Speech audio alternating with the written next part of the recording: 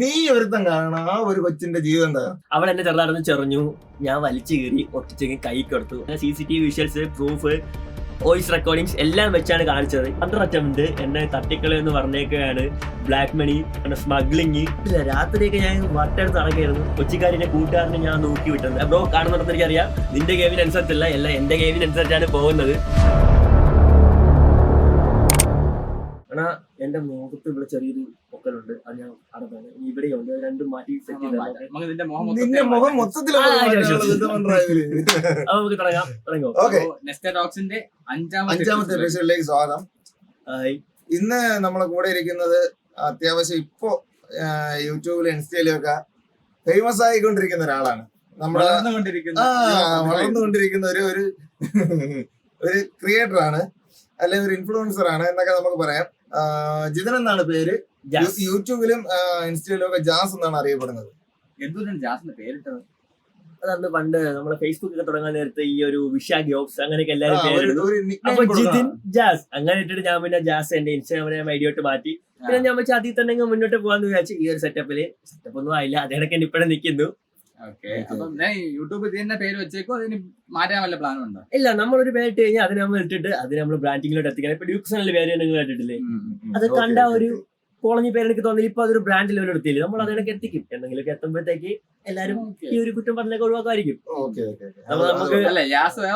നിന്റെ എണ്ണം കുറച്ച് കൂടുതലാണ്, കാരണം സെർച്ച് ചെയ്താൽ കിട്ടണമെന്നില്ല. ഞാൻ തന്നെ പേര് സേവ് ചെയ്തിട്ട് ഇനി അത് മാറ്റണം. ഞാൻ ജാസ് എന്നാണ് സേവ് ചെയ്ത്, അത് മാറ്റണം. ഇനി ജിതനെന്നാക്കണം. ഇല്ലെന്നുണ്ടെങ്കില് ഞാൻ ആദ്യം JA നോക്കി, എന്നിട്ട് AA നോക്കി, അപ്പോഴും വേറെ ആളുണ്ട്. പിന്നെ സെർച്ച് ചെയ്ത് കയറി പറഞ്ഞു, എത്ര ഉണ്ടെങ്കിലും ആവശ്യമുള്ള സെർച്ച് ചെയ്ത് കയറി വരും. കുറച്ച് പാടാണ്, ഒരുപാട് A ഉണ്ട്. വേറെ എന്തെങ്കിലും മാറ്റാനൊന്നും പറ്റുന്നില്ല. അതാണ് കാര്യം. നമുക്ക് കിണറ്റിന്റെ മുകളിലേക്ക് സംസാരിക്കാൻ വേണ്ടിട്ട് നമ്മുടെ നെസ്റ്റ മീഡിയ നമുക്കൊരു കറങ്ങുന്ന ചെയറും ഈ സ്റ്റുഡിയോ സെറ്റപ്പ് ഒക്കെ തന്നിട്ടുണ്ട് സംസാരിക്കാൻ വേണ്ടി. അത് പറയാൻ വന്ന കാര്യമാണ്. നീ ഒരുത്തം കാണണം ആ ഒരു കൊച്ചിന്റെ ജീവിതം എന്താ? നിനക്ക് എന്ത് കിട്ടി? എന്തായിരുന്നു നിന്റെ കാര്യം? ഞാൻ ആരും ജീവിതം ആക്കാൻ വേണ്ടിയാണല്ലോ കേസ് ചെയ്തത്.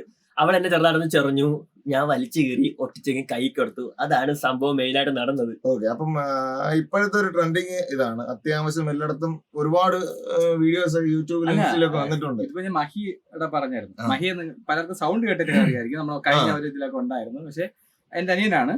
അപ്പൊ അവ ഇതണക്ക് എന്താ നമ്മൾ പറഞ്ഞോണ്ടിരുന്നപ്പോഴത്തേക്കും ആ ഒരു ഇഷ്യൂ ഞാൻ ഇങ്ങനെ പറഞ്ഞു. എന്താ ഇപ്പൊ അപ്പോഴാണ് ഞാൻ പറഞ്ഞത്, ഇവൻ വരണം ഇന്നിവിടെ, നിന്നെ ഒന്ന് കാണണം.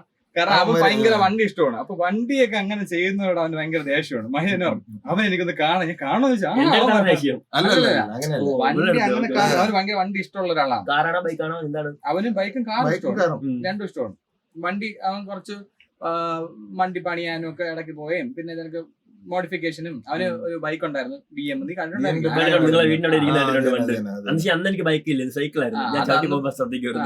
അപ്പൊ അത് കൊടുത്തു. ഇപ്പൊ കാറും അതൊക്കെയാണ്. അവന് മോഡിഫിക്കേഷൻ എല്ലാം കുറച്ച് ഇഷ്ടമുള്ളതാണ്. പക്ഷെ അവന് ആ ഒരു ഭയങ്കര ദേഷ്യമുണ്ട് കണ്ടപ്പോഴേ. അപ്പോഴാണ് പറഞ്ഞത് നമ്മളെ വീടിന്റെ അടുത്തുള്ള ഒരു പയ്യനാണെന്ന് പറഞ്ഞപ്പോഴാണ് ഇത് നീ കാണുന്നുണ്ടെന്ന് അറിയാം, നിനക്കും ആ ഒരു വിഷമം വരണം, അത് ഉറപ്പാണ്. ആ ഇങ്ങനെ എനിക്ക് ഇവിടെ കിട്ടുന്നുണ്ട് 2 ദിവസമായിട്ട്. അപ്പൊ ജിതിനെ എങ്ങനെയാണ്, എന്താണ് ഈ ഇങ്ങനെ ഒരു റിയാക്ഷൻ ചെയ്യാനായിട്ടുള്ള കാരണം? ഫസ്റ്റ് കാര്യം എന്ന് വെച്ച് കഴിഞ്ഞാൽ എനിക്ക് ആ ഒരു കൂപ്പൺ സെയിലിനെ പറയാൻ അത്ര ഇഷ്ടപ്പെട്ടില്ല. അതിന്റെ കൂടെ തന്നെ ഒരു പ്രോവോക്കിംഗ് ആയിട്ടാണ് ആ ഒരു വീഡിയോ കാര്യം ഇടുന്നത്. ധൈര്യം ഉണ്ടെങ്കിൽ ചെയ്ത് കാണിയിട അങ്ങനെയൊക്കെ. അപ്പൊ ഞാൻ ആദ്യം ഒരു അഹങ്കാരം നമുക്ക് കറക്റ്റ് ഫീൽ ചെയ്യാൻ പറ്റുന്നുണ്ട് സംസാരത്തിൽ. മൂന്ന് തവണ തറ വരയ്ക്കാൻ തോന്നുന്നു ചില വീഡിയോസ് കണ്ടു കഴിഞ്ഞാൽ.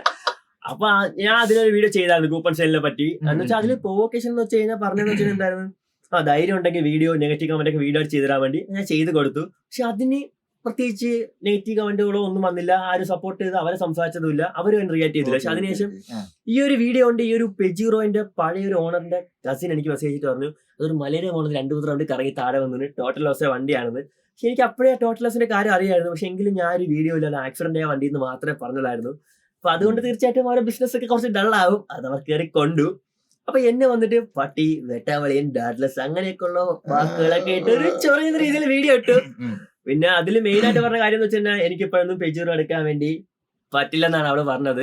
അതെനിക്ക് നല്ല രീതിക്ക് കൊണ്ടു. എനിക്കത് ഇഷ്ടപ്പെട്ടില്ല. രാത്രിയൊക്കെ ഞാൻ വട്ടെടുത്ത് നടക്കായിരുന്നു, നാളെ കിഡ്നി വിട്ടെങ്കിലും പെജൂർ എടുക്കണം രീതിയിൽ. പിന്നെ ഞാൻ കുറച്ച് ആലോചിച്ചപ്പോഴാണ് അക്കൗണ്ട് ഒക്കെ കയറി നോക്കിയപ്പോ എന്തോ ഒരു പന്തിയാണ്. കാരണം എല്ലാ വീഡിയോസും ഒരു നമ്മളെ പ്രൊവോക്ക് ചെയ്തിട്ടാണ് ഇട്ടേക്കുന്നത്, ഏത് വീഡിയോസ് ആയാലും. അപ്പൊ എനിക്ക് മനസ്സിലായി ക്യാമറമാൻ അത്യാവശ്യം സെറ്റ് ആയിരിക്കും, സ്ക്രിപ്റ്റ് ചെയ്ത് ഇടുന്നതാണെന്ന്.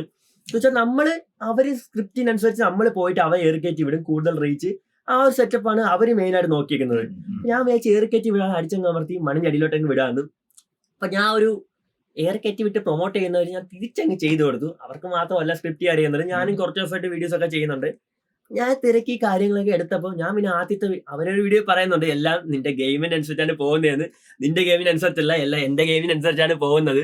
ഞാൻ അതുകൊണ്ടാണ് ഫുൾ CCTV വിഷ്വൽസ് ഒന്നും ആദ്യം കാണിക്കാത്തത്. ആദ്യം ആക്സിഡന്റ് എന്ന് പറഞ്ഞു, അവള് വീഡിയോ ഇട്ടപ്പോൾ ആ ടോട്ടൽ ലോസിന്റെ കാര്യം ഞാൻ പുറത്തു വിട്ടു. പിന്നെയും ഒരു 40 മിനിറ്റ് വീഡിയോ ലോഡിംഗ് ആണെന്ന് എനിക്ക് ചെറുതായിട്ടൊരു കിട്ടിയതുകൊണ്ട് തന്നെ ഞാൻ ഒരു CCTV വിഷ്വൽസ് അപ്പം പുറത്തുവിടാതെ ഒരു ഓഡിയോ ക്ലിപ്പ് മാത്രം പുറത്തു വിട്ടു. അപ്പൊ തീർച്ചയായിട്ടും അവരെ ബിസിനസ് ഡള്ളാകുമ്പോഴത്തേക്ക് അവർക്ക് ഇതിനെ പറ്റി ജസ്റ്റിഫിക്കേഷൻ കൊണ്ടുവരണം. അപ്പൊ ജസ്റ്റിഫിക്കേഷൻ കൊണ്ടുവന്ന് അന്ന് രാവിലെ വീഡിയോ എഡിറ്റ് ചെയ്ത് സെറ്റാക്കി വെച്ചതാണ്. ഞാൻ വെച്ചാൽ അവർ ഇട്ടേനെ ഇടാന്ന്. അപ്പൊ ഞാൻ ആ വീഡിയോ 40 മിനിറ്റ് പ്ലേ ചെയ്ത് 5 മിനിറ്റ് ആയപ്പോഴത്തേക്ക് എന്റെ വീഡിയോ അപ്ലോഡ് ആയി കഴിഞ്ഞു. ഒരു 10 മിനിറ്റ് കഴിഞ്ഞപ്പോൾ തന്നെ ഞാനും അതങ്ങ് പബ്ലിക് ആക്കി. അപ്പൊ ആ വീഡിയോയിലുള്ള തള്ളു കണക്ക് കറക്റ്റ് ഇവിടെ വന്നാൽ കിട്ടും. അതിൽ അവരൊരു ഡയലോഗും അടിക്കുന്നതാണെന്ന് തോന്നുന്നു. ഞാൻ 2 വശവും കേട്ടിട്ട് വേണം വീഡിയോ ചെയ്യാൻ, ആരും ഒരു വശം കേൾക്കരുത്. ഞാൻ CCTV വിഷ്വൽ കേട്ടിട്ടാണ് ആ വീഡിയോ ചെയ്തത് തന്നെ. അപ്പൊ അതിൽ 2 അല്ല 3 വശവും എനിക്ക് കാണത്തുണ്ടായിരുന്നു. അപ്പൊ ആ വീഡിയോ കണ്ടവർ കറക്റ്റ് എന്റെ വീഡിയോയിലോട്ട് വരും, ആ പറഞ്ഞെല്ലാം തള്ളാണെന്ന് തോക്കും. അങ്ങനെ ഓവറാൾ അങ്ങ് ഡള്ളായി. അതിനുശേഷം ഞാൻ അതിൽ പറയുകയും ചെയ്തിരുന്നു, എന്നെ ആവശ്യമില്ല ചൊറിയാൻ നിൽക്കരുതെന്ന്. ആ ഒരു പിന്നെ ഇത് ഈ വീഡിയോയിലൊക്കെ പറയുന്നത് വെച്ചാൽ ഇവർക്ക് ഒരുപാട് ബിസിനസ് ഉണ്ട്. കാറിന്റെ ബിസിനസ് ഉണ്ട്, ടീഷർട്ട് ബിസിനസ് ഉണ്ട്, പിന്നെന്തോ സ്ക്രാപ്പ് ബിസിനസ് ഉണ്ട്, വെഡിങ് കമ്പനി ഉണ്ട്. അപ്പൊ ആ വെഡിങ് കമ്പനിയുടെ വീഡിയോ ഒക്കെ ഞാൻ മുമ്പ് ഒരുപാട് കണ്ടിട്ടുണ്ട്. അതിൽ വന്ന് കമന്റ് എന്ന് വെച്ചാൽ എന്റെ ആൽബം തന്നിട്ട് മതി അങ്ങനെയൊക്കെ. പിന്നെ എന്നെ 4 മാസം മുമ്പ് അത്ര ആരും അടിക്കാൻ വന്ന വീഡിയോ ഒക്കെ എടുത്തിട്ടുണ്ടായിരുന്നു. 4 മാസം 5 മാസം മുമ്പായിരുന്നു തോന്നുന്നു ഗൈസ് എന്നെ അടിക്കാൻ വന്ന് നിൽക്കുകയാണ്. ആ വീഡിയോ ഇപ്പൊ വിക്ടിം കാർട്ടൊക്കെ ആയിട്ട് ഇറക്കിയിട്ട് പോസ്റ്റ് ചെയ്തിട്ടുണ്ട്. എനിക്കെതിരെ അല്ല, ആ ഒരു ഷോറൂമിന്റെ ഓണറിനെതിരെ ആയിട്ട്. പിന്നെ ആ ഒരു ഇപ്പൊ നിലവിൽ ഷോറൂം അവരതല്ലേ? ഷോറൂം അവരതല്ല, അതിന്റെ ഓണറാണ് റോഫിക്ക. റോഫിക്കത് കാണുന്നുണ്ടെന്ന് തോന്നുന്നു. എല്ലാരും വിചാരം കണ്ട അവളെ ഷോറൂം ആണെന്നാണ്. അത് നിങ്ങളൊന്ന് മാറ്റി കൊടുക്കണം. അപ്പം ഷോറൂം അവരതല്ല, അവരുടെ വേറെ സ്റ്റാഫാണ്. സ്റ്റാഫാണെന്ന് വെച്ച് കഴിഞ്ഞാൽ നമ്മൾ ഈ ഒരു കാർ ബിസിനസ്സിൽ ഇറങ്ങുമ്പോഴത്തേക്ക് ഒരു കാർ സെയിലേക്ക് എടുത്ത 1-2% കമ്മീഷൻ നടത്തുന്ന സ്റ്റാഫാണ്. പക്ഷെ വീഡിയോയിലൊക്കെ പറയുന്നതെന്ന് വെച്ച് കഴിഞ്ഞാൽ നമ്മള് സിമ്പിൾ ആയിട്ട് പറഞ്ഞാൽ ബ്രോക്കർ എന്ന് വേണേ പറയാം. ബ്രോക്കർ, കമ്മീഷൻ ബേസിലുള്ള ബ്രോക്കർ, അത്ര മാത്രമേ ഉള്ളൂ അവിടെ. പിന്നെ അവിടെ തന്നെ വെളിയിറങ്ങി നിന്നിട്ട് നമുക്ക് ഇവിടെ ബിസിനസ് തുടങ്ങിയാൽ അങ്ങനെയൊക്കെ പറഞ്ഞ് വീഡിയോ ഇടുന്നുണ്ട്. ടീഷർട്ട് ബിസിനസ് ഒക്കെ ഉണ്ടെന്ന് പറയുന്നുണ്ട്. അപ്പൊ ഞാൻ വലിയ അവിടെ അത്ര ഫാൻസ് ഒന്നും ഇല്ലെങ്കിൽ ബിസിനസ് ആയാലും ചെയ്യുന്നതിനൊരു മാന്യത കാണിക്കണം. അല്ല, നമ്മൾ ഒരുപാട് ട്രിക്സും കാര്യങ്ങളും ഒക്കെ ഉപയോഗിക്കാം. മേ ബി ഉപയോഗിക്കുന്നവരോട് ഒരുപാടുണ്ട്. പക്ഷെ അതിന് ലിമിറ്റ് ഉണ്ട്. ഒരു കാര്യം അടിച്ചേൽപ്പിക്കുന്ന ഒരു പരിധിയുണ്ട്. അപ്പൊ ആൾക്കാരെ പറ്റിക്കുന്ന കുഴപ്പമില്ല. ഇപ്പൊ ആ ഒരു CCTV വിഷ്വൽസ് ബ്ലാക്ക് പ്ലേ ഇതൊക്കെ അല്ലേ, അത് കണ്ടറിയാൻ പറ്റും. ആ ഒരു ഓണറും മര്യാദക്ക് കാര്യം പറഞ്ഞ് ആ ചേട്ടന്റെ മോളെ ഒരു ഗിത്താറാക്കി ഗിഫ്റ്റ് കൊടുത്താണ് കാര്യം പറഞ്ഞ് ഇറക്കി വിടുന്നത്. എന്നിട്ട് അവിടെ നിന്ന് വെളിയിൽ പോയതിനു ശേഷം നമ്മളെ ഷോറൂം മൊത്തം വെള്ളം കയറി നമ്മളെ കാർ കൊടുത്ത് സേഫ് ആയി പോകുന്നുള്ള രീതിയിലൊരു ഡിഫേമേഷൻ ആണ് അവിടെ പക്കാ ചെയ്തത്. അവിടെ കിടക്കുന്ന വണ്ടികളൊക്കെ നശിച്ചു പോയി, ബാക്കിയുള്ള ആ ഒരു രീതിയിൽ കിട്ടിയത് മാത്രമേ വിചാരം ഇവിടെ ഷോറൂം ആണെന്നുള്ള ഒരു രീതിയിലായിരിക്കും വിചാരിച്ചിരിക്കുന്നത്. ആ ഏരിയയിലെ വീഡിയോസ് ഒക്കെ ഞാൻ ആദ്യം നമ്മൾ കാണുന്ന വീഡിയോസ് ആണല്ലോ. അപ്പൊ ഞാനും വിചാരിച്ചു ഇവര് നല്ലൊരു കമ്പനി ആയിരിക്കണം എന്നുള്ളതാണ് ഞാനും വിചാരിച്ചിരുന്നത്.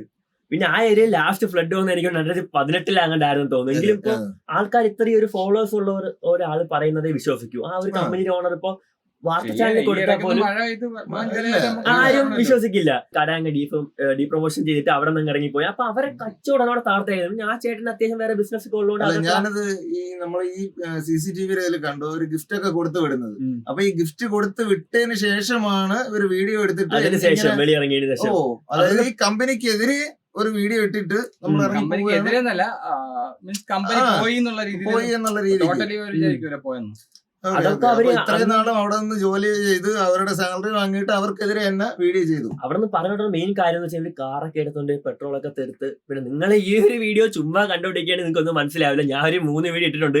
അത് കണ്ടിട്ട് വന്ന് ഇത് കാണുന്നതായിരിക്കും ബെറ്റർ. അതിൽ CCTV വിഷ്വൽസ് ഒക്കെ ഉണ്ട്. ഇതിൽ പറ്റുമെങ്കിൽ ഞാൻ അഭിനന്ദനം അയച്ചു കൊടുത്തേക്ക്. അഭിനന്ദനം ആഡ് ചെയ്തിട്ട് നിങ്ങൾക്ക് ഇവിടെ കാണാം. ഇവിടെ എവിടെയെങ്കിലും ഒക്കെ ആഡ് ചെയ്യും. അതൊക്കെ എവരെ സെറ്റപ്പിൽ അവർ ചെയ്തു തരും. എനിക്ക് അതിനെ പറ്റി വലിയ ധാരണ ഞാൻ വിട്ടുന്നു.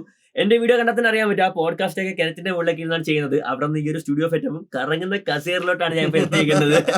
അപ്പൊ ആ കൊച്ചിക്കാരിൽ അത്ര ഒരു സബ്സ്ക്രൈബേഴ്സ് ഒന്നും എനിക്കില്ലെങ്കിലും ഞാനും അത്യാവശ്യം ഇൻസ്റ്റയിൽ വീഡിയോസ് ഒക്കെ ഇടാറുണ്ട്. യൂട്യൂബിൽ ബൈക്കിന്റെ റിവ്യൂസ് ഒക്കെ ചെയ്യാറുണ്ട്. അപ്പൊ എനിക്ക് കൊച്ചിയിലൊക്കെ കുറച്ച് കമ്പനി അവിടെ ഇവിടെയൊക്കെ എനിക്ക് അത്യാവശ്യം കമ്പനി ഉണ്ട്. അവിടെ അത്രയും ഒരു ഡിഫറൻസ് ഉണ്ട്. അപ്പൊ ഞാൻ തിരക്കെ പറഞ്ഞു വെച്ചാൽ ടീഷർട്ട് ബിസിനസ് കൊച്ചിക്കാരിയുടെ അല്ല, കാർ കമ്പനി കൊച്ചിക്കാരുടെ, എല്ലാത്തിനും ജസ്റ്റ് പ്രൊമോഷൻ ബേസ് മാത്രം. ടീഷർട്ട് ബിസിനസ് ചെയ്യണേ ഇപ്പൊ കുഴപ്പമൊന്നുമില്ല. ജസ്റ്റ് ഒരു 1 lakhനകത്തുള്ളൊരു ഇതേ ആവും, ചെലവേ ഉള്ളൂ. ഇപ്പം അതൊക്കെ പക്ഷേ maybe ഉള്ളതായിരിക്കാം. പക്ഷെ അത് അവരല്ല. ഏതോ ഒരു വീഡിയോയിൽ പറയുന്നുണ്ട് എന്തോ 2.5 ലാഖിന്റെ മന്ത്ലി ടേൺ ഓവർ ഉണ്ടെന്നോ അങ്ങനെ എന്തൊക്കെ അതൊക്കെ പറയുന്നുണ്ടല്ലോ. തള്ളാനേട്ടാ. ഞാൻ എന്റെ വീഡിയോയിൽ ഞാൻ ഒരു പേപ്പർ കാണിച്ചിട്ടുണ്ട്. അത് കൊച്ചിക്കാരിയുടെ സ്വന്തം ഹാൻഡ് റൈറ്റിംഗിൽ എഴുതിയേക്കുന്ന ഒരു പേപ്പറാണ്. അതില് ഈ കടയിൽ ഇറങ്ങാൻ നേരത്തെ ഒരു 40,000 രൂപ ചേട്ടൻ അവർ കൊടുക്കാണ്ടായിരുന്നു. അപ്പൊ അത് ഇത്ര അതായത് തവണകളായിട്ട് ഓണർക്ക് ആ.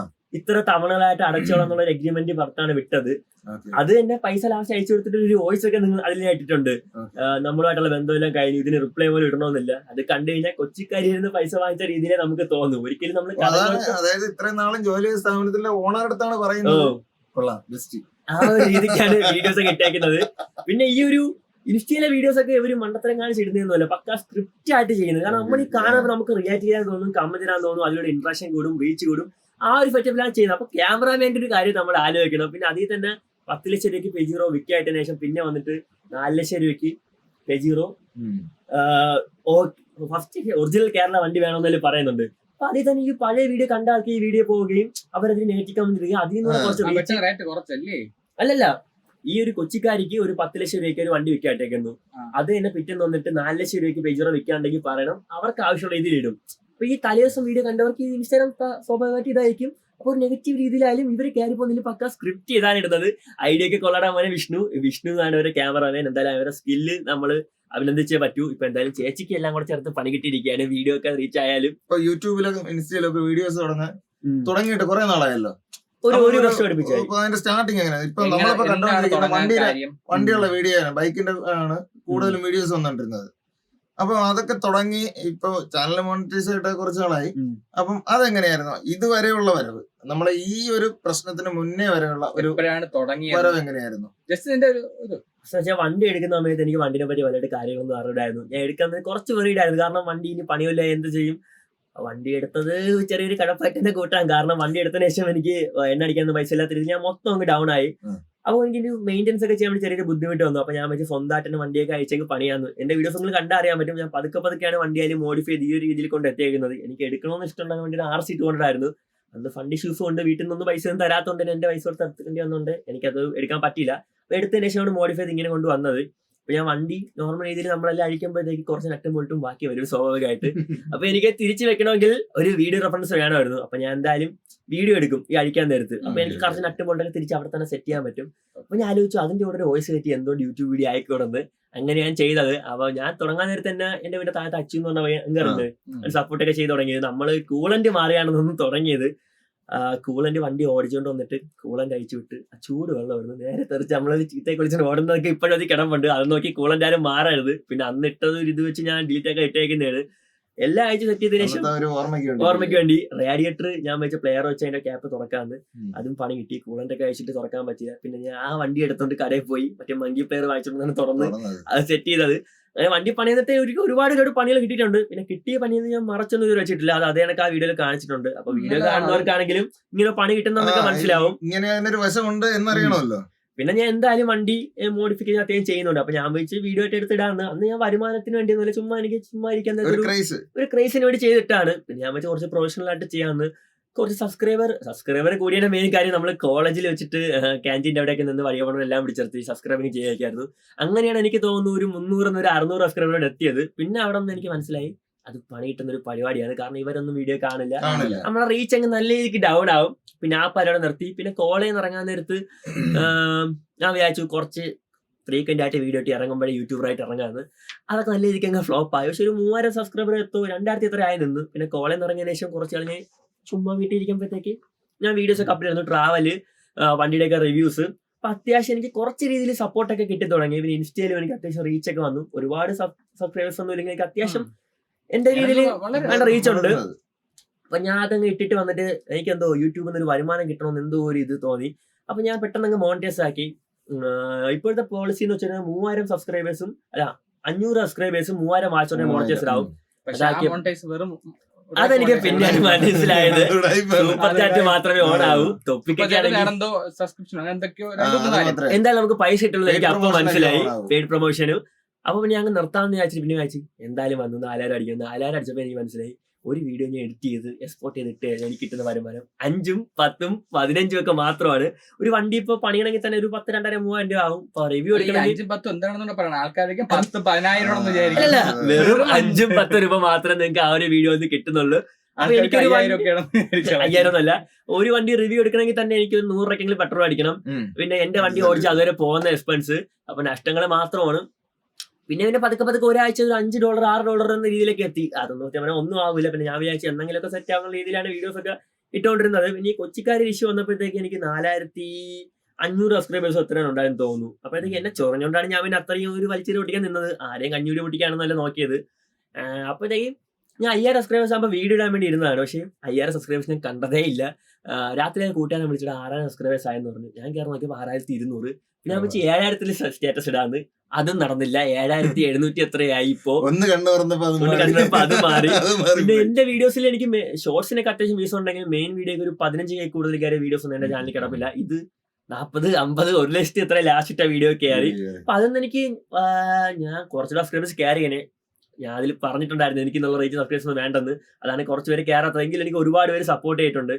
പിന്നെ ഈ ഒരു കൊച്ചിന്റെ വീഡിയോ ഞാൻ ചെയ്യാൻ നേരത്തെ എനിക്ക് കുറച്ച് പ്രശ്നങ്ങൾ ഞാൻ രാത്രി നിന്ന് ആലോചിച്ചായിരുന്നു. കാരണം ഇവർക്ക് 2,57,000 അടുപ്പിച്ച് ഫോളോവേഴ്സ് ഉണ്ട്, അതിൽ 74 സബ്സ്ക്രൈബേഴ്സ് ഉണ്ട്. ഞാൻ ചെറിയ രീതിക്ക് എന്തെങ്കിലും ഒരു തെറ്റ് കാണിച്ചു കഴിഞ്ഞാൽ ഞാൻ കയറി പോകും. അത് മാത്രല്ല അവരെല്ലാരും കൂടെ നമ്മളെ ഒരു തെറ്റും കാണിച്ചില്ലല്ലോ. എങ്കിലും ഇപ്പൊ ഒരു 2,57,000 സബ്സ്ക്രൈബേഴ്സ് ഉണ്ടെങ്കിൽ അതിലൊരു 50,000 പേരെങ്കിലും അവർക്ക് പക്കാ ലോയിലായിരിക്കും. അപ്പോഴത്തേക്ക് എന്നെ എടുത്ത് കയറിക്കത്തിന് ചാൻസസ് വളരെ കൂടുതലാണ്. പിന്നെ ഞാൻ ആലോചിച്ചപ്പോഴത്തേക്ക് കൊച്ചിക്കാരിയെ പറ്റി ആരും അങ്ങനെ വീഡിയോസും ചെയ്തിട്ടില്ല. കാരണം ഓഫ്കോഴ്സ് ഒരു ഫീമെയിൽ ആയിട്ടുള്ള ഓട്ടോമോട്ടീവ് എന്തൂസിയാസ്റ്റ് ആണ്. അപ്പൊ അവരെ പറ്റി പറഞ്ഞു കഴിഞ്ഞാൽ ഒരുപാട് പ്രശ്നങ്ങൾ വരും, ആൾക്കാരെടുത്ത് വലിച്ചെറി ഒട്ടിക്കും.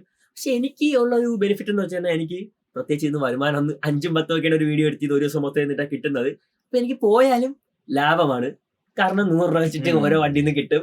പിന്നെ വണ്ടി ഏതായാലും പണിയുന്നുണ്ട്. അപ്പൊ എനിക്ക് നഷ്ടപ്പെടാനൊന്നും ഇല്ലായിരുന്നു. പിന്നെ എന്നെ ചൊറഞ്ഞുകൊണ്ട് എനിക്ക് നല്ല രീതിക്ക് കൊടുക്കണമെന്നുണ്ടായിരുന്നു. പിന്നെ ഞാൻ സബ്സ്ക്രൈബേഴ്സും കാരണം നോക്കിയില്ല, ഞാൻ നേരെ വീഡിയോ ഇട്ടു. പക്ഷെ എനിക്ക് ഒടുക്കത്തെ സപ്പോർട്ടായിരുന്നു ഗൈസ്. അതിൽ എന്നെ പട്ടീന്നൊക്കെ വിളിച്ചിട്ടുണ്ടായിരുന്നു. എനിക്ക് ഇങ്ങനെ ബോഡി ഷേമിങ് ചെയ്യുന്ന പോലെ താല്പര്യമൊന്നുമില്ല. ഫ്രണ്ട്സ് ഒക്കെ ഇരിക്കുമ്പോൾ ചെയ്യും, കൂട്ടുകാരായിട്ട് കളിയാക്കുമ്പോൾ. പക്ഷെ അല്ലാതെ ഒരാൾ ചെയ്യാൻ താല്പര്യമില്ല.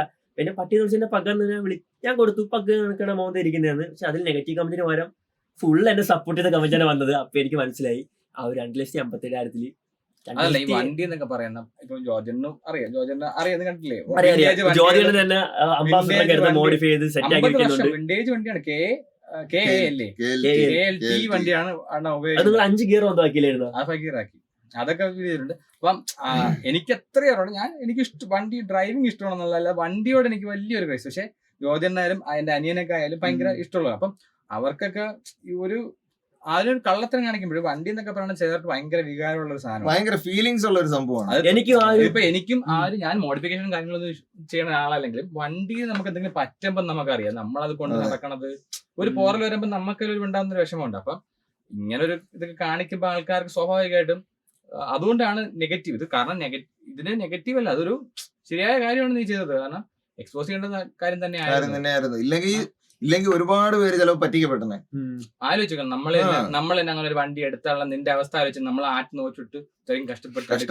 അതെനിക്ക് മനസ്സിലാണ്. ഞാൻ ഒരു വണ്ടിയാണ് എടുക്കുന്നത്, അതിന്റെ മെയിൻ്റെനൻസ് ഒക്കെ ചെയ്യുമ്പോൾ എനിക്കറിയാം എന്തുമാത്രം പണി കിട്ടുമെന്ന്. ഇപ്പൊ പെജിറോ ഒക്കെ തന്നെ എല്ലാരും ഫണ്ടൊക്കെ ഒരുപാട് നല്ല മെയിൻ്റെനൻസ് കോസ്റ്റ് ഉള്ള ഒരു ആഗ്രഹത്തിന്റെ പുറത്തായിരിക്കും എടുക്കുന്നത്. അപ്പൊ ഈ ഒരു ടോട്ടൽ ലോസ്, ആക്സിഡന്റ് ഒക്കെ പിന്നെ വണ്ടി തട്ടമിട്ടൊക്കെ ചെയ്യും. ടോട്ടൽ ലോസ് എന്നുള്ള കാര്യം നിങ്ങൾ ആലോചിച്ച് നോക്കിയാണ്, അതും 10 ലക്ഷം രൂപയ്ക്ക്. ഇപ്പൊ നിങ്ങൾ ഫേസ്ബുക്കിൽ കയറി നോക്കിയാൽ തന്നെ അറിയാൻ പറ്റും പെജിറോ ഇപ്പോഴത്തെ റേറ്റ്. ആ ഒരു വണ്ടിക്ക് എന്തായാലും 10 ലക്ഷം വരുന്നില്ല. ഇപ്പൊ അത് കുറച്ചുകൂടി ഒരു എക്സ്പോസ് ഒക്കെ ചെയ്തിട്ടുണ്ട്, കുറച്ചുകൂടി അതിനെ പറ്റി ഇൻവെസ്റ്റിഗേറ്റ് ചെയ്ത്. അത് സെക്കൻഡ് ഓണർ അല്ല തേർഡ് ഓണർ കൊണ്ടാണ്. പിന്നെ ഇപ്പോഴും കളർ ചേഞ്ച് ആയിട്ടില്ല RC ബുക്കിൽ. അങ്ങനെ കുറച്ച് ഇഷ്യൂസ് ഒക്കെ ഉണ്ട്. അപ്പൊ പെജിറോയുടെ കാര്യമാണെന്നതിന് ശേഷം എന്നെ വീണ്ടും ജാസിയ നീ എവിടെടാ, നീ വായിൽ വളർത്തോണ്ട് അങ്ങനെയൊക്കെ പറഞ്ഞ് എന്നെ വീണ്ടും പ്രൊവോക്ക് ചെയ്തായിരുന്നു. അപ്പൊ ഞാൻ വിളിച്ച് നല്ല രീതിക്ക് കൊടുക്കാമെന്ന്. അപ്പൊ പിന്നെ ഞാൻ വിളിച്ച് ഒരാളെ തുടങ്ങി കഴിഞ്ഞാൽ വലിച്ചെറിയും ഒട്ടിക്കണം. ഞാൻ അത്ര കാര്യം മാത്രമേ ചെയ്തോളൂ. നമ്മളതിൽ പ്രൂഫും എവിഡൻസും എല്ലാ സംഭവങ്ങളും ഉണ്ടായിരുന്നുണ്ട്. നല്ല സപ്പോർട്ട് ഉള്ളതുകൊണ്ട് നല്ല കയറാൻ പറ്റി. ഞാൻ ആദ്യം വിചാരിച്ചത് കൊച്ചിക്കാരെല്ലാം കൂടെ എന്നെ വലിച്ചെറി ഒട്ടിക്കും. കാരണം ഒരു ഫീമെയിൽ അറിയാലോ നിങ്ങൾക്ക് കാര്യങ്ങള്. അങ്ങനെ ആൾക്കാരെ പഴയ ചിന്ത. പക്ഷെ എനിക്ക് എന്റെ മനസ്സിൽ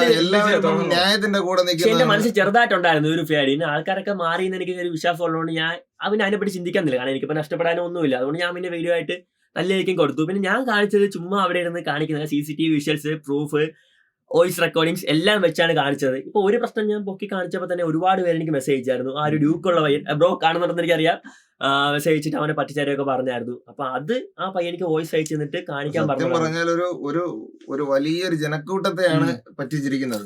പല കാര്യത്തിലും പറ്റിക്കണം. ഇത് പക്ഷേ വണ്ടി എന്നൊക്കെ പറയണത് മിക്കുള്ളവർക്കും അത് പ്രത്യേകിച്ച് യൂസ്ഡ് നമ്മൾ ഒരുപാട് എത്രയെങ്കിലും പേര് കഷ്ടപ്പെട്ട് ജോലിക്ക് പോയി ആഗ്രഹിച്ച് നിവൃത്തിയില്ലാതെ ആഗ്രഹത്തിന്റെ ബർത്ത് വാങ്ങിച്ചു വെക്കുന്നുണ്ട്. അപ്പൊ അതിനൊക്കെ ഇതൊക്കെ എന്ന് വെച്ചാൽ ആഗ്രഹവും ആ ഒരു എന്തൂസിയത്തിന്റെ പേരിൽ മാത്രം എടുക്കുന്നതാണ്. അല്ലാതെ ഇതൊക്കെ ഡെയിലി ഡ്രൈവ് ചെയ്യണമ്പോ എടുത്ത് വെച്ച് പിന്നെ ചുമ്മാ ഷെഡ് ആഗ്രഹവും കാണുമ്പോൾ സത്യത്തിൽ ഡെയിലി യൂസിന് പറ്റുന്ന ഒരു വണ്ടിയല്ല. എന്തെന്ന് പറഞ്ഞാൽ അത്രയ്ക്കും കോസ്റ്റ് എന്ന് പറയുന്നത് അതിന്റെ മെയിന്റനൻസും മറ്റ് ഫ്യൂലും ഒക്കെ എന്ന് പറയുന്നത് അത്യാവശ്യം ഹെവിയാണ്. പിന്നെ വണ്ടി നമുക്ക് ഷോ കാണിക്കാനായിട്ടും വീട്ടിലിട്ടിരിക്കാനും ഒരു ആന, ഒരു തലയെടുപ്പുള്ള ഒരു ആന വീടിന്റെ മുമ്പിൽ നിന്ന് എങ്ങനെ അതേ ഒരു രീതിക്ക് ഇട്ടിരിക്കാൻ പറ്റുന്ന ഒരു വണ്ടിയൊക്കെയാണ്. പിന്നെ അതിന്റെ ഡ്യൂക്കിലെ പയ്യനെ കുറച്ച് ആ പയ്യെ വോയിസ് വെച്ച് അവനെ കുറച്ച് എന്തൊക്കെയാ പറഞ്ഞത്. അവന് വണ്ടി ഓടിക്കാറില്ല, വണ്ടി ഇല്ലാത്ത വീട്ടിലാണ്, അവൻ വണ്ടി കൊണ്ടുപോയി കണ്ടാ അറിയാം വണ്ടി തുലയ്ക്കുമെന്ന്. വണ്ടി സാധാരണ രീതിയിലല്ലേ എല്ലാവർക്കും ഓടിക്കാൻ പറ്റും. അത്യാവശ്യം കൈ കൊടുത്ത് ഓടിച്ചൊന്നും വണ്ടി തുലയാനൊന്നും പോകുന്നൊന്നുമില്ല. അതായത് വണ്ടി ഒരാളിനെ വിറ്റിട്ട് എന്നിട്ട് അത് വാങ്ങിക്കൊണ്ടുപോയ ആളിനെയാണ് കുറ്റം പറഞ്ഞതല്ലേ. അത് ആ പയ്യനിക്ക് വീഡിയോ അയച്ചു തന്നതിന് ശേഷം ജസ്റ്റ് നമ്മളിപ്പോ റഫായിട്ട് വണ്ടി ഓട്ടിക്കണം, റഫായിട്ടെന്ന് വെച്ചോ, റഫായിട്ട് ഓടിക്കുമ്പോൾ കൈ കൊടുക്കാം. കൈ കൊടുത്താൽ എന്താണ് പ്രശ്നം? അത് ആക്സിഡന്റ് ഉണ്ടായിരുന്നു ഡ്യൂക്ക്. ഞാൻ ചോദിക്കട്ടെ, നിങ്ങൾ രണ്ടൊരു വണ്ടി ഓട്ടിക്കണവരാണ്, അറിയാം, കുറച്ചും കൂടെ വണ്ടി എനിക്ക് അത്ര അറിഞ്ഞൂടാ. ഓക്കെ, വണ്ടി നമ്മളെ സ്പീഡിന് ഓട്ടിച്ചാൽ വണ്ടിക്ക് എന്ത് ഡാമേജ് വരും? പതുക്കെ ഓടിക്കുന്നതിനെക്കാട്ടും നല്ലതാണ് വണ്ടി സ്പീഡിന് ഓടിക്കുന്നത്. ഡാമേജും വരത്തില്ല. ഇനി വരുന്ന ഗിയർ ഷിഫ്റ്റിംഗ്. ഇനി ഗിയർ ഷിഫ്റ്റിംഗ് റോങ് ആണെങ്കിൽ തന്നെ ഗിയറിന് അല്ലേ പ്രശ്നം വരുള്ളൂ. ഗിയറിന്റെ പല്ലിയേക്കോ ഗിയർ എന്നും പറഞ്ഞ് ഇന്നിപ്പം ആക്സിലേറ്റർ കൊടുത്ത് കൈ കൊടുത്ത് ഓടിച്ചെന്ന് പറഞ്ഞ് ഇന്ന് കംപ്ലൈന്റ് ആവത്തില്ല. ഗ്രാജുവലി പതുക്കെ പതുക്കെ ഒരു ചരിവുള്ള വണ്ടിയാണ് പറഞ്ഞു. ഇനി എത്ര ഓട്ടിക്കാറുള്ള ഒരാളാണെങ്കിലും നമ്മൾ ഒരു മാസം കൊണ്ട് വണ്ടി പഠിക്കൂ, ഒരു വണ്ടി പഠിക്കും. അതെ ഇല്ലേ? എനിക്ക് വണ്ടി ഞാൻ അത്യാവശ്യം 18 വയസ്സായപ്പോ തൊട്ടും ലൈസൻസ് ഉള്ള ആളാണ്. ഞാൻ ഓട്ടിക്കുന്നതാണ് പല പല വണ്ടികൾ ഞാൻ ഓടിച്ചിട്ടുണ്ട്. നമുക്ക് എത്ര അറിവുണ്ടെന്ന് പറഞ്ഞ വണ്ടിയായാലും ഒരു മാസം ഓട്ടിക്കെങ്കിൽ പഠിക്കൂലേ? നമുക്ക് വേറൊരു വണ്ടി ഓടിക്കാൻ ചിലപ്പോൾ മാറ്റം വരുമായിരിക്കും. ചിലപ്പോൾ ഓട്ടിക്കുന്ന ഒരു വണ്ടി മാക്സിമം ഒരു ഒറ്റ മാസം കൊണ്ട് നമ്മൾ പഠിക്കും. ഒരാഴ്ച മതി പഠിക്കാൻ വേണ്ടി. ഓട്ടെ ഒരു മാസം കൊണ്ട്. ഞാൻ പറയാം, ഒരു മാസം കൊണ്ടായാലും എത്ര ഡാമേജ് വരും? അതിന് വണ്ടി ഓടിക്കാൻ പറ്റണ്ടേ? ഇറക്കിയപ്പോ തൊട്ടേ വർക്ക്ഷോപ്പ് വീട് ഓട്ടിക്കാൻ പറ്റണ്ടേ? ഇവര് എടുക്കുന്ന വണ്ടികൾ മൊത്തം ഇത് കണക്ക് ഒന്നുകിൽ ഇത് കണക്ക് ടോട്ടൽ ലോസ് ആയ വണ്ടി, അല്ലെങ്കിൽ ആക്സിഡന്റ്, ചേസ് വെന്റ്, ഇങ്ങനെയുള്ള വണ്ടികളാണ് എടുത്ത് മൊത്തം ഈ സെയിലിന്. അതങ്ങനെ കറക്റ്റ് പറയാം. ഇപ്പൊ വണ്ടി വിൽക്കുമ്പോൾ സ്വാഭാവികമായിട്ടും പ്രശ്നങ്ങളൊക്കെ വരും. അപ്പൊ ആരെങ്കിലും തൂക്കി കഴിഞ്ഞാൽ നമ്മൾ അക്സെപ്റ്റ് ചെയ്യണം. അപ്പൊ ഞാൻ തിരക്കിയ വെച്ചിട്ട് നോക്കി കഴിഞ്ഞാൽ ഈ ഒരു ടോട്ടൽ ലോസ് ആക്സിഡന്റ് വണ്ടികളൊക്കെ കഴിക്കുമ്പോഴായിരിക്കും കൂടുതൽ ലാഭം കിട്ടുന്നത്. ചിലപ്പോൾ അറിഞ്ഞുകൊണ്ടായിരിക്കില്ല ചെയ്യണത്. അങ്ങനെ കുറച്ച് പോസിബിലിറ്റി ആണ്. പക്ഷേ നമുക്ക് അവരെ അടച്ച, പക്ഷേ ചെയ്യേണ്ടത് അങ്ങനെ അത്രയും നമ്മൾ ഡീറ്റെയിൽ ആയി ചെയ്യുമ്പോൾ ഇത്രയും റേറ്റ് ചെയ്യുമ്പോഴത്തേക്കും ഇപ്പൊ ടെക്നോളജി ഇല്ലാത്തതല്ല, ടെസ്റ്റേഴ്സ് ഉണ്ട്, ചെക്ക് ചെയ്യാൻ ടീമുണ്ട്. അല്ലെങ്കിൽ ഇത്രയും ഇതിലായിട്ട് നിൽക്കുമ്പോഴത്തേക്കും നമ്മൾ തന്നെ വേറെ ഒന്നും നോക്കണ്ട. നമ്മളൊരു വീഡിയോ ഇരുന്ന് ചെയ്യുകയാണ്, നമ്മൾ എന്തുമാത്രം എഫോർട്ട് ഇട്ടാണ് ചെയ്യണം. നമ്മൾ ഒന്നുമില്ലെങ്കിൽ അതിനെ പറ്റി ഒന്ന് കുറച്ച് വീഡിയോ, നമ്മളൊരു വീഡിയോ ഒരു കാർ എടുക്കുന്നത് നമ്മളടുത്തുള്ള വിശ്വസിക്കാനാണ് എടുക്കുന്നത്. ഇപ്പൊ അത് തന്നെ മുതലെടുക്കാൻ വേണ്ടി കുറെ യൂട്യൂബേഴ്സ് അവരത് ഇപ്പൊ ആ കൊച്ചിക്കാരി പറയുന്നുണ്ട്. കൊച്ചിക്കാരിന്റെ കൂട്ടുകാരനെ ഞാൻ നോക്കി വിട്ടത് അത് മറ്റേ സുജിൻ കൃഷ്ണയാണ്. മറ്റേ അരുൺ സ്മോക്കിന്റെ കാർ അടുത്തേക്ക് നിങ്ങൾ കണ്ടാണ്. രാവിലെ ആകുമ്പോൾ വീട്ടിൽ നിന്ന് ഇറങ്ങി നമുക്ക് ചിരിക്കാൻ ആർക്കെങ്കിലും ഒരു 500-1000 ഒക്കെ കൊടുത്തിട്ട് പറയും ഞാൻ ഇത് രാജ ഗെയിം കളിച്ചാണ് ഉണ്ടാക്കിയെന്നൊക്കെ പറഞ്ഞിട്ട് അവരൊക്കെ അക്കൗണ്ടൊക്കെ ഇപ്പൊ പോയിട്ടുണ്ട്. അതൊക്കെ പക്ക ഇല്ലീഗലാണ്. കാരണം എനിക്ക് തന്നെ അതിന്റെ ആഡ് വന്നത് ഒരു വീഡിയോക്ക് 600. പിന്നെ എത്ര പേരെ ഞാൻ ചതിച്ച് അതിലോട്ട് എന്റെ ലിങ്ക് വഴി കയറ്റുന്നു. അതിന്റെ അവർ ഇടുന്നതിന് എത്ര കമ്മീഷൻ ആൾക്കാരെ മാത്രം മറ്റു കാര്യമില്ല, മൊത്തത്തിൽ സിസ്റ്റത്തിന് മൊത്തത്തിൽ പറഞ്ഞതിന്റെ കാര്യമുള്ളൂ. കാരണം ഇങ്ങനെയുള്ള അല്ലല്ല ഇപ്പൊ അതിനുള്ള സ്ട്രിക്റ്റ് ആക്ഷൻസ് ഒക്കെ എടുക്കുന്നുണ്ട്. പക്ഷെ അക്കൗണ്ട് പോയിട്ടും അവ ഇപ്പോഴും വന്ന് വീഡിയോ ഇടുന്നുണ്ട്. കേസ് ആ പുതിയ അക്കൗണ്ട് തുടങ്ങി നമ്മളെ ലിങ്ക് അതിൽ വെച്ചിട്ടുണ്ടെന്നൊക്കെ പറഞ്ഞിട്ട് അവർക്ക് അത്രയും ഇൻകം അവർക്ക് കിട്ടുന്നുണ്ടെന്നാണ് മനസ്സിലാക്കേണ്ടത്. കാരണം ഇത്രയും ഒരു അക്കൗണ്ട് പോയിട്ട് വീണ്ടും ഇത് തന്നെ ചെയ്യണമെങ്കിൽ ഇതൊക്കെ സംഭവം എന്ന് വെച്ചാൽ അവർക്ക് ഇൻകം കിട്ടും, അവർ BMW എടുക്കും, നിങ്ങൾക്ക് BMW ഉണ്ടെങ്കിൽ വിൽക്കേണ്ടി വരും. അപ്പൊ അതൊക്കെ ആദ്യം മനസ്സിലാക്കണം. അപ്പൊ അവരെ ഒരു ഫ്രണ്ട്സ് സർക്കിൾ നിങ്ങളൊന്ന് മനസ്സിലാക്കണം. ആരെങ്കിലും പറ്റിച്ച് പൈസ ഉണ്ടാക്കിയ രീതിയിലാണ് അവർ ഫ്രണ്ട്സ് സർക്കിളും സെറ്റ് ചെയ്ത് വെച്ചേക്കുന്നത്. ഇൻഫ്ലുവൻസർ എന്ന് പറയുമ്പോൾ നമ്മൾ നല്ല രീതിയിൽ ഇൻഫ്ലുവൻസ് ചെയ്യാൻ പറ്റണം. മോശം അതൊരു നെഗറ്റീവ് ആണ്, ഒരു നെഗറ്റീവ് ഇമ്പാക്ട്. നമ്മളിപ്പോ ഇൻഫ്ലുവൻസേഴ്സിന്റെ ഡീൽ ചെയ്യുന്ന സമയത്ത് മാക്സിമം ഫുൾ ഇതേപോലെ സർവേലൻസ്, ഓഡിയോ ക്ലിപ്പിംഗ് ഒക്കെ ഉള്ളത് നന്നായിരിക്കും. കാരണം അവര് പറയുന്നതേ നാട്ടുകാർ വിശ്വസിക്കും. ഇപ്പൊ തന്നെ ആ ഒരു കടയിൽ കാര്യം സീരിയസ്ലി ഞങ്ങളിത് വെച്ചത് ഞങ്ങളും ഇവിടെ ഫുള്ള് CCTV വെച്ചതിന്റെ പ്രധാന കാര്യം മാത്രമല്ല. നമുക്ക് വെക്കേണ്ട ആവശ്യമില്ല. CCTV ഉണ്ടല്ലേ, ഇല്ലെങ്കിൽ നിങ്ങൾ എനിക്ക് ഫ്രീ ആയിട്ട് അടുത്ത വീഡിയോ ചെയ്തില്ലെന്ന് പറഞ്ഞിട്ടുണ്ടെങ്കിൽ ഇവിടെ ഉടായ്പാണ്, ഇവിടെ സ്മഗ്ലിംഗ് ആണ്, സ്മഗ്ലിംഗ് ആണ്, ഇവിടെ ബ്ലാക്ക് മണി ഡീലിംഗ്സ് ആണ്. സീരിയസ്ലി ഈ ഒരൊറ്റ കാര്യം കൊണ്ട് തന്നെയാണ് നമ്മൾ ഡിസ്കസ് ചെയ്ത് മൊത്തം CCTV ക്രിപ്റ്റോ കറൻസിയുടെ ബിസിനസ് ആണ്, ഇവിടെ ബിറ്റ്കോയിൻ ഞാൻ പറഞ്ഞ വീഡിയോ ഇട്ടേനെ. അപ്പൊ ഇവിടെ നമുക്ക് അതൊന്നും ചെയ്യാൻ പറ്റില്ല. അപ്പൊ മാക്സിമം ഇൻഫ്ലുവൻസേഴ്സ് ഒക്കെ ഡീൽ ചെയ്യണമെങ്കിൽ CCTV ഓഡിയോ എല്ലാം സെറ്റ് ചെയ്ത് ചെയ്യുക, ഇല്ലെങ്കിൽ അന്നനാളത്തിൽ തന്നെ പണി കിട്ടും. സേഫ്റ്റി ഫസ്റ്റ്, അത് തന്നെയാണ് മെയിൻ ഒരു കാര്യം. സേഫ്റ്റി തന്നെയാണ്. പിന്നെ അങ്ങനെ വിശ്വസിക്കാൻ ഈ കൊച്ചി തന്നെ ഇത്രയും പേർക്കിട്ട് പണി കിട്ടിട്ട് അവരൊന്നും വീഡിയോ ചെയ്യാത്ത കാര്യം മെയിൻ ആയിട്ട് അതൊരു ഫീമെയിൽ, ഞാൻ നേരത്തെ പറഞ്ഞില്ല. അപ്പൊ അതിന്റെ കോൺസിക്വൻസസ് പേടിച്ചിട്ടായിരിക്കും ചെയ്യുന്നത്. ആ കടയിലെ ചേട്ടത്തിന് ഞാൻ ചോദിച്ചോ പറഞ്ഞത്, അവരടുത്തൊക്കെ ദൈവം ചോദിച്ചോളൂ ഇതിലാണ് ചോദിച്ചത്. പിന്നെ നിർബന്ധിച്ചാണ് CCTV വാങ്ങിച്ചത്. ആ ചേട്ടൻ ഒരു പാവം ചേട്ടൻ എടുത്ത് പറഞ്ഞു, എന്റെ മോളെ പ്രായമാണ്, അപ്പൊ എങ്ങനെയാ അവര് ജീവിച്ചു പോട്ടെ, എന്തെങ്കിലും നന്നാവുന്ന. അയാളെ ചതിച്ചോണ്ടിരുന്നതോ അല്ലേ?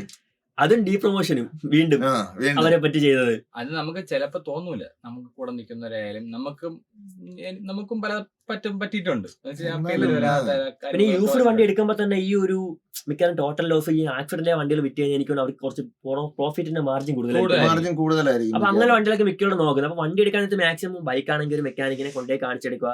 കാർ ആണെങ്കിൽ മറ്റേ ടീമിന്റെ പേര് ഡോക്ടർ ഡ്രൈവോ അങ്ങനെ എന്തൊക്കെയോ പറഞ്ഞിട്ട് അവരെ കൊണ്ട് എടുക്കണം. എനിക്ക് ലൈസൻസ് ഉണ്ടെങ്കിൽ കാറൊന്നും ഓട്ടിക്കാറുണ്ട്, പക്ഷെ ഹെവി ലൈസൻസും ഉണ്ട്.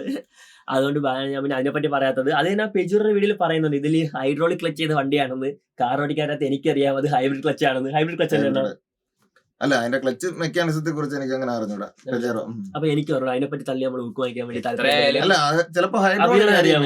ഹൈഡ്രോളിക് ഹൈബ്രിഡ് ക്ലച്ച് ആണോ ചെയ്യുന്നത്, മൈലേക്ക് ഓടാൻ വേണ്ടി പെജുറോലൊക്കെ വീഡിയോസ് ഒക്കെ കാണുന്നത്. എനിക്കൊന്ന് ഈ ഓഫ് റോഡ് ഒക്കെ പോകാൻ വേണ്ടിട്ടും ക്ലച്ച് സ്മൂത്ത് ആവാൻ വേണ്ടിട്ടൊക്കെ ചെയ്യുന്ന ഹൈബ്രിഡ് ക്ലച്ച് ഹൈബ്രിഡ് ക്ലച്ച് ആയിരിക്കും. അതിനെപ്പറ്റി അതറിയത്തില്ല. നമ്മള് അറിഞ്ഞൂടാത്ത കാര്യത്തെ കുറിച്ച് നമ്മൾ സംസാരിച്ച് മോശക്കാരായത്. പക്ഷെ ഇത് കണക്ക് പറ്റിക്കപ്പെടാനും താല്പര്യമില്ല. നമ്മളിപ്പോ ഒരാളെ പറ്റിച്ച് ജീവിക്കുന്നത് ശരിയല്ല. ഇല്ല പറയല്ലേ, പറ്റിച്ച് ജീവിക്കുന്നവരെ പറ്റിച്ച് ജീവിച്ച കുഴപ്പമില്ല, തൂക്കി പറഞ്ഞാൽ പിന്നെ ആവശ്യമില്ലാത്ത ജസ്റ്റിഫിക്കേഷൻസ്. അത് ശരിയാണ്. അറ്റ്ലീസ്റ്റ് പറ്റിപ്പോയി, ഓക്കെ, നമുക്ക് അറിഞ്ഞുകൂടാ. പെജുറോയുടെ കാര്യത്തിൽ നല്ല എനിക്ക് ഇൻവോൾവ്മെന്റ് ഉണ്ട്. പക്ഷെ എനിക്കും ഇഷ്ടമുള്ള ഒരു വണ്ടിയാണ് കേട്ടോ. എനിക്കും ഞാൻ ഇവര് പറയുന്നത് എവിടെ കൊണ്ട് കാണിച്ചിട്ട് കേറി പോടാന്ന് പറഞ്ഞാൽ അത് പൊക്കൾ നമ്മൾ വേണമെന്നില്ല. അങ്ങനത്തെ അല്ല, അത് വേറെ കാര്യമുണ്ട്. ഇപ്പൊ വീഡിയോ ഇട്ട് തന്നെ വഴി തിരിച്ചിടാൻ നോക്കിയാണ്. കാരണം ഞാൻ ഒരു ഫീമെയിൽ ആണ്ടോ എന്നെ അടിച്ചമർത്തുന്നത് അങ്ങനെയൊക്കെ പറഞ്ഞ വഴി തിരിച്ചാൽ നോക്കി. പക്ഷെ ഏറ്റില്ല, ഞാൻ നമ്മൾ അങ്ങനെ ആരെയും ഫീമെയിൽ ആണെന്ന് പറഞ്ഞ ഞാനും ഇപ്പൊ ഒരുപാട് പേര് സപ്പോർട്ട് ഒരു പക്ഷെ പണ്ട് ഈ ഒരു കാര്യമൊക്കെ 10 വർഷം മുമ്പായിരിക്കും ഫീമെയിൽ ആണെങ്കിൽ അടിച്ചമർത്തുന്നതൊക്കെ. അപ്പൊ കാലഘട്ടം മാറിയൊന്നും അറിഞ്ഞില്ലെന്ന് തോന്നുന്നു ആ ചേച്ചി ഇതുവരെയും. പിന്നെ പെജുറ ഫാൻസിന് എന്റെ തിരിക്കാൻ നോക്കുന്നുണ്ട്. ഞാൻ പെജുറിനെ പറ്റി കുറ്റം പറഞ്ഞ രീതിയിൽ ഞാൻ വീഡിയോയിൽ എവിടെയും പെജുറിനെ പറ്റി ഒരു വാക്ക് പോലും പറഞ്ഞിട്ടില്ല. നല്ലൊരു വണ്ടിയാണ് സംഭവം. അത് എന്റെ ബക്കറ്റ് ലിസ്റ്റിൽ വണ്ടിയാണ്. എന്റെ ഇൻസ്റ്റാഗ്രാമിൽ തന്നെ സേവ് ചെയ്ത് വെച്ചിട്ടുണ്ട് കുറെ വീഡിയോസ്.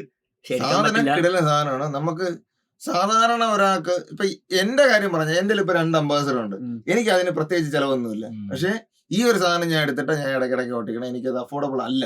എനിക്കാണെങ്കിൽ എടുക്കാൻ പോലും പറ്റുന്നില്ല. നമുക്ക് മെയിൻറ്റെയിൻ ചെയ്യാൻ പറ്റില്ല. കോളേജിലൊക്കെ തുടങ്ങിയപ്പോ എല്ലാം സപ്പോർട്ട് ഉണ്ടായിരുന്നു. കോളേജിൽ സപ്പോർട്ട് ഉണ്ടോന്ന് വെച്ച് കഴിഞ്ഞാൽ നമ്മള് കുറച്ച് പ്രൊമോഷൻ രീതിയിലൊക്കെ അക്സെപ്റ്റ് ചെയ്തിട്ട് കുറച്ച് പ്രൊമോഷൻ രീതികളൊക്കെ എടുത്തിട്ടാണ് നമ്മളെ ഗ്രൂപ്പുകളിലെല്ലാം വീഡിയോ ഷെയർ ചെയ്തോണ്ടിരുന്നത്. അത് എനിക്കിപ്പോ പറയാൻ താല്പര്യമില്ല. എന്തായാലും അത് കുറച്ച് മോശമായിട്ടുള്ള പരിപാടിയാണ്. എങ്കിലും എല്ലാവരും കാണസിലുള്ള ഒരു സ്റ്റാറ്റസ് ഒക്കെ ഇതില് പറഞ്ഞപ്പോ വേറൊരു കാര്യം ഇടയ്ക്ക് പറഞ്ഞതാണ്. ഒരു വീഡിയോ, ഒരു മാർക്ക് ലിസ്റ്റിന്റെ ഒരു വീഡിയോ ഇട്ടായിരുന്നല്ലോ, അതെന്തായിരുന്നു സംഭവം? ഞാൻ ബിടെക് പാസ്സായി ഇറങ്ങാൻ നേരത്ത് എനിക്ക് 3 സപ്ലൈ ഉണ്ടായിരുന്നു. HMT, പിന്നെ മെക്കാനിക്സ്, മോഫ് എന്ന് പറഞ്ഞ 3 സപ്ലൈ ഉണ്ടായിരുന്നു. അപ്പൊ അതിൽ ഞാൻ 3 നല്ല രീതിക്ക് എഴുതിയാണ്. പാസ്സാവുന്ന എഴുതിയിട്ട് ഞാൻ പിന്നെ ആ തൊപ്പിരുന്ന പറയുന്നത് സ്റ്റാറ്റസ് ഒന്നിട്ടില്ല. ഞാൻ പാസ്സാകാൻ ഇടാന്ന്. അതിൽ 1 പാസ്സായി, ബാക്കി 2 ഫെയിലായി. അപ്പൊ ഞാൻ എഴുതിയിട്ടുണ്ടെന്ന് അറിയാവുന്ന ഞാൻ പേപ്പർ എടുത്തായിരുന്നു, മോഫിന്റെ പേപ്പർ. അപ്പൊ ഞാൻ നോക്കിയപ്പോഴത്തേക്ക് കറക്റ്റ് എഴുതിയേക്കുന്ന ആൻസറിന്റെ 0 മാർക്ക്. പിന്നെ 1-2 പിച്ചക്കാർക്ക് കൊടുക്കുന്നതൊക്കെ എനിക്ക് റിലേറ്റബിൾ ആയിരിക്കും. നമ്മളെ ഫസ്റ്റ് ബാച്ചാണ്. അതുകൊണ്ടുകൂടി എന്റെ ലൈഫ് ചേഞ്ച് ആയ വ്യക്തിയാണ്. ഞാൻ എഞ്ചിനീയറിംഗ് പോയ സമയത്താണ് ഫ്രണ്ട്സുമായിട്ട് പരിചയപ്പെട്ട് ഞങ്ങൾ YouTube content creation short films ഒക്കെ സ്റ്റാർട്ട് ചെയ്തത്. ആ ബിടെക് വേണം. എന്താണ് ബിടെക് പോയതുകൊണ്ട് ലൈഫ് ചേഞ്ച് ആയ ഒരു വ്യക്തിയാണ്. പക്ഷെ ബിടെക് കൊണ്ടുപോയി ഇല്ല കംപ്ലീറ്റ് അഭിനയം കംപ്ലീറ്റ് ചെയ്തില്ല. പക്ഷെ ഞാൻ കംപ്ലീറ്റ് ചെയ്യാൻ ഉറപ്പാണ്. അപ്പൊ രാത്രി ആയപ്പോഴത്തേക്ക് എനിക്ക് ഇതൊരു കലി മനസ്സിൽ, എന്തോ ഒരു കലി. പക്ഷെ അതിന്റെ പിറ്റേന്ന് സപ്ലൈ അങ്ങോട്ട് എഴുതണം. അത് അന്നാണ് സപ്ലൈ 2ാമത് എഴുതാൻ വേണ്ടി ഞാൻ യൂട്യൂബിൽ എടുത്ത ഒരു വീഡിയോ ഇൻസ്റ്റയിലൊന്ന് കാച്ചി. പിന്നെ അത് ഭയങ്കര പ്രശ്നമായതുകൊണ്ട് വാർത്താ ചാനലിൽ പത്രത്തിലൊക്കെ വന്ന് 2 ദിവസം കഴിഞ്ഞപ്പോഴത്തേക്ക് എന്നെ അവിടെ നിന്ന് വിളിച്ചിട്ട് കാര്യമൊക്കെ ശരിയാക്കി പാസ്സാക്കി തന്നു. എനിക്ക് 29 ഫെയിലായിരുന്നു. ഫെയില് പാസ് എന്തോ C ഗ്രേഡ് ആക്കി കിട്ടി, പാസ്സായി. പിന്നെ ഞാൻ പറ്റി നോക്കാനൊന്നും പോയില്ല. പിന്നെ ഒരു സപ്ലിയും കൂടെ ഉണ്ട്. എന്റെ കഷ്ടകാലത്ത് നീ അതിന്റെ വീഡിയോ മറന്നു വേണ്ട, പാസ്സായതിന് അതിനിടയിൽ കൂടെ. പിന്നെ അത് ഞാൻ ഇപ്പൊ പോയി സപ്ലൈ എഴുതി. നിങ്ങളിത് കാണുന്നുണ്ടെങ്കിൽ അതുകൂടെ പാസ്സാക്കി തരണം. എന്നെ കൊണ്ട് ഇങ്ങനൊരു വീഡിയോ ചെയ്യിപ്പിക്കരുത്, എനിക്ക് വയ്യ. സത്യം പറഞ്ഞ ആലോചിച്ച് നോക്കിയാണ് ഞാൻ പഠിക്കുമ്പോഴുള്ള സമയത്തുണ്ട്, എനിക്ക് എത്ര കറക്റ്റ് ഓർമ്മയില്ല, ഒരുപാട് ആത്മഹത്യകൾ ഉണ്ടായ സംഭവമാണ്. അപ്പൊ ആലോചിച്ച് നോക്കിയാണ് അതൊക്കെ എന്ത് കാണിക്കുന്ന ഒരു തോന്നിയ ദിവസം ആലോചിച്ച് നോക്കിയാണ്. അവർക്ക് തമാശ നിനക്ക് ചെയ്തപ്പോ ഒരു വീഡിയോ അത്രേ ഉള്ളൂ. മനക്കെട്ടില്ലാത്തവര് ആത്മഹത്യ ചെയ്യും, നമ്മൾ അങ്ങനെ ഒരു ഇതിലെടുക്കാവും. അങ്ങനെ അല്ലടാ, എന്നാലും ആലോചിച്ച് നോക്ക്. എനിക്ക് തന്നെ ഇത്രയും കിട്ടിയില്ലെന്നോണ്ട് പോയി ആത്മഹത്യ ചെയ്തോളൂ. പിന്നെ ഇത്ര നാളെ ജീവിച്ച് എന്തിനാണ് ആത്മഹത്യ ചെയ്യുന്നതൊക്കെ? അവർക്ക് മനക്കെട്ടിയുടെ കുറവായിട്ട് നമുക്ക് അങ്ങനെയൊക്കെ പറയാം. പക്ഷെ ആലോചിച്ച് നോക്കിയാണ് ആ ഒരു സിറ്റുവേഷൻ ആലോചിച്ച് നോക്കിയാണ് ഇങ്ങനെ ഒരു മിസ്റ്റേക്ക് കാരണം ഒരാളെ ലൈഫ് പോകുന്നതൊക്കെ പറയണത് ഭയങ്കര ഒരു എനിക്ക് അക്സെപ്റ്റ് ചെയ്യാൻ പറ്റുന്ന വിഷയമൊന്നും അല്ല അത്. അന്ന് സീരിയസ്ലി അന്നത്തെ എനിക്ക് പിന്നെ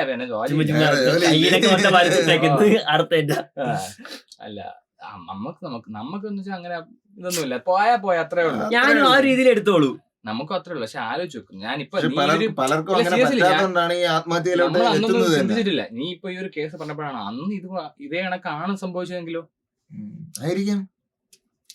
നമ്മളും അത്യാവശ്യം പഠിക്കാത്ത കുട്ടികളൊന്നും അല്ലായിരുന്നു, ജസ്റ്റ് പാസ് എങ്കിലും സംഭവം ഇതായിരുന്നിട്ടുണ്ട്. ഈ ഒന്നാമതേ ക്വസ്റ്റ്യൻ പേപ്പർ നോക്കുന്ന എടുക്കുന്നവരെ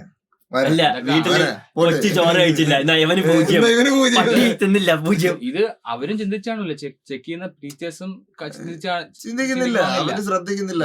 ഒരു അശ്രദ്ധമായ ഒരു ഇതെന്ന് വെച്ചാൽ എത്ര ലൈഫ് നിനക്ക് നമുക്ക് വേണമെങ്കിൽ പറയാം അവർക്ക് ഇതില്ല. അവരാരും ദ്രോഹിച്ചിട്ടല്ല മരിച്ചത്, അവർക്ക് ഒരു മനക്കെട്ടില്ല, ഒരു സെക്കൻഡത്തെ അല്ല ഞാൻ പറഞ്ഞതാണ്, ആ ഒരു സെക്കൻഡത്തെ. അപ്പൊ അത് ആലോചിച്ച് അതിനൊക്കെ ഇനിയെങ്കിലും ഒരു മാറ്റം.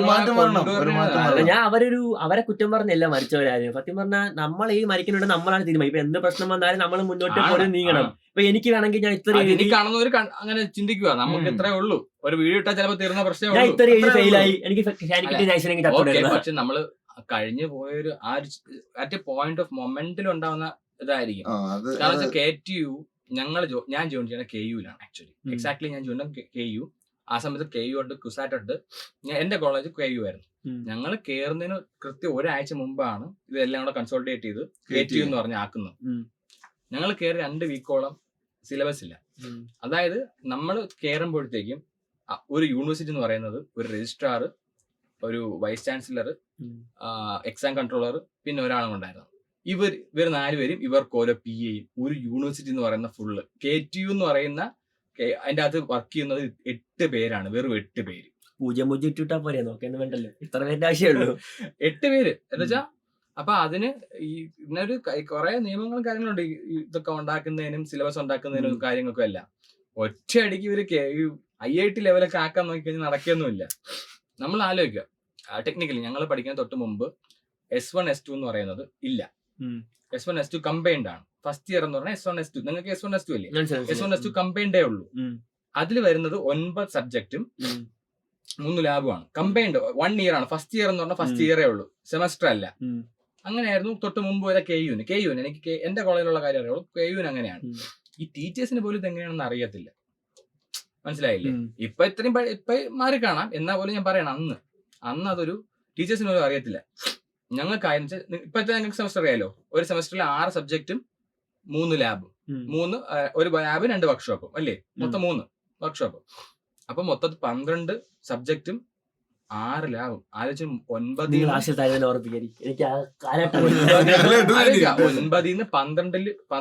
9 സബ്ജക്ട് പഠിച്ചുകൊണ്ടിരുന്ന അതേ സമയത്ത് 12 സബ്ജക്റ്റും 3 ലാബ് ചെയ്തുകൊണ്ടിരുന്നത് ഇരട്ടി 6 ലാബ്. ഇവരെയല്ലേ വേറൊരു സ്കാം ഉണ്ട്. ഇപ്പൊ എല്ലാവരും ബെറ്റിംഗ് ആപ്പിന്റെയും ഇതിനെ പറ്റി പറയുന്നവര് പറയാം. ഇപ്പൊ തന്നെ ഞാൻ ഒരു സപ്ലി എനിക്ക് അടിച്ചു, ഞാൻ ഇപ്പൊ റീവാലുവേഷൻ കൊടുത്തു. പക്ഷെ ആ റീവാലുവേഷൻ പബ്ലിഷ് ചെയ്യുന്നതിന് മുമ്പേ എനിക്ക് സപ്ലി രജിസ്റ്റർ ഡേറ്റ് വരും.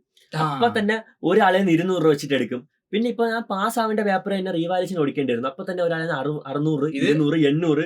അപ്പൊ കേരളത്തിലെ മൊത്തം എത്ര വരുന്നത്, എത്ര അമുക്കി കാണും. ഇത് സ്കാം ആണ്. ഞാൻ ഇവരിത് പറയുന്നുണ്ട് പേയ്മെന്റ് തിരിച്ചു തരുമോ അടുത്ത എക്സാം. അത് എത്ര പേര് ചെയ്യും?